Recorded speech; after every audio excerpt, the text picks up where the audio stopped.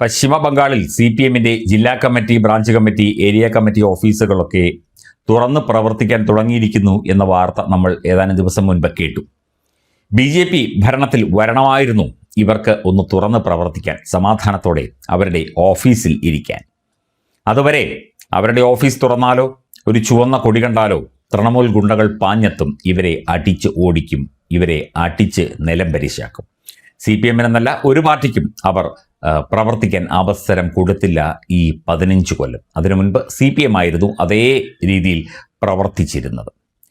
പ്രേക്ഷകർക്ക് ഓർമ്മയില്ലേ നന്ദിഗ്രാമും സിംഗൂറും, ടാറ്റയുടെ കാർ ഫാക്ടറിയുമായി ബന്ധപ്പെട്ട സ്ഥലമേറ്റെടുപ്പ്, അവിടെ നടത്തിയ അതിക്രൂരമായ നരനായാട്ടം. അതോടുകൂടിയാണ് CPM എന്ന party, communist party of India, Marxist എന്ന പാർട്ടിയും ഇടതുപക്ഷവും ബംഗാളിൽ തകർന്ന് തരിപ്പണമായത്. പിന്നെ അവർ ഒന്നും നേടിയിട്ടില്ല. ഇത്തവണ ഒരു സീറ്റാണ് കിട്ടിയത്. ഇത്രയും സീറ്റുള്ളിടത്ത് രാജ്യം ഭരിച്ച അല്ലെങ്കിൽ നാട് ഭരിച്ച പാർട്ടിക്ക് കിട്ടിയത് ഒരു സീറ്റാണ്.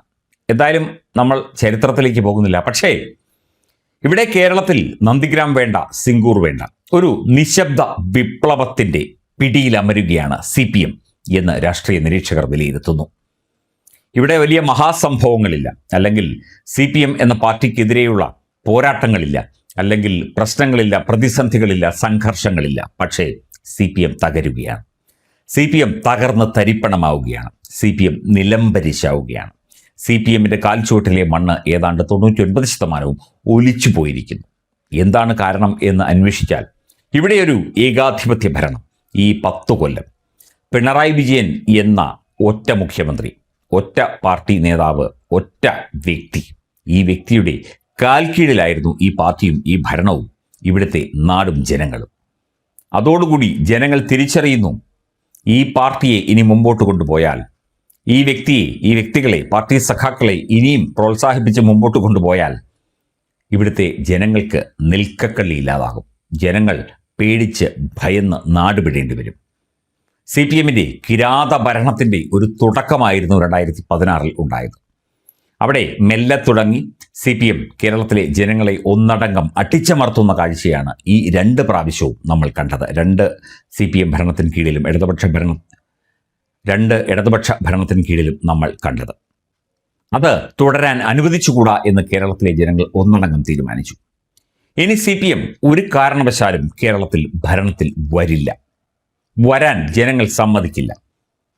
അടുത്ത പ്രാവശ്യം BJPക്ക് കുറച്ച് കൂടുതൽ സീറ്റുകൾ കിട്ടുമായിരിക്കാം, അല്ലെങ്കിൽ ഏതെങ്കിലും തരത്തിൽ രാഷ്ട്രീയ സമവാക്യങ്ങൾ മാറി മറിഞ്ഞേക്കാം.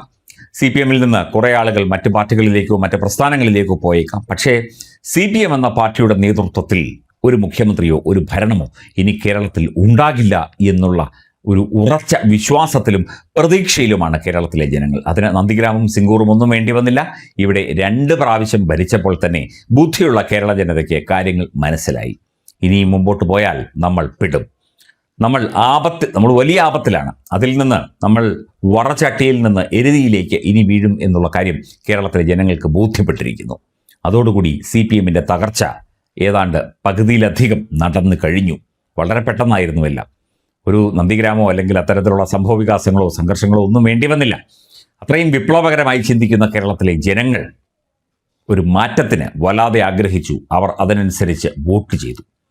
ഇനി അവരുടെ വോട്ടുകൾ, പ്രത്യേകിച്ചും CPM-ൽ നിന്ന് മറ്റു പാർട്ടികളിലേക്കോ അല്ലെങ്കിൽ വേറെ രീതിയിൽ ചിന്തിക്കുന്ന സഖാക്കളൊന്നും തന്നെ ഇനി CPM-ന് വോട്ട് ചെയ്യില്ല എന്ന് ഉറപ്പിച്ച മട്ടാണ്. അത്തരം ഒരു രാഷ്ട്രീയ അന്തരീക്ഷമാണ് കേരളത്തിൽ ഈ വർത്തമാനകാലത്ത് സംജാതമായിരിക്കുന്നത്. അത് തുടരുക തന്നെ ചെയ്യും. ഒന്നും വേണ്ട, വിപ്ലവങ്ങൾ വേണ്ട, വലിയ വലിയ സംഘർഷങ്ങൾ വേണ്ട, വലിയ വലിയ ലഹളകൾ വേണ്ട. CPM എന്ന പാർട്ടിയെ ജനങ്ങൾ ഒതുക്കിയിരിക്കുന്നു, ജനങ്ങൾ ഇല്ലാതാക്കിക്കൊണ്ടിരിക്കുന്നു. കമ്മ്യൂണിസ്റ്റ് പാർട്ടിയുടെ ലോകത്തിലെ തന്നെ ഒരു അവസാന ഘട്ടത്തിലേക്ക്. കനൽ ഒരു തരി മതി എന്നൊക്കെ അവർക്ക് പറയാം. പക്ഷേ ഒരു തരി കൊണ്ടൊന്നും കാര്യമൊന്നുമില്ല. ഒരു തരിയല്ല, ഒരു വലിയ അഗ്നിജ്വാലയുണ്ടായാലും കാര്യമൊന്നുമില്ല.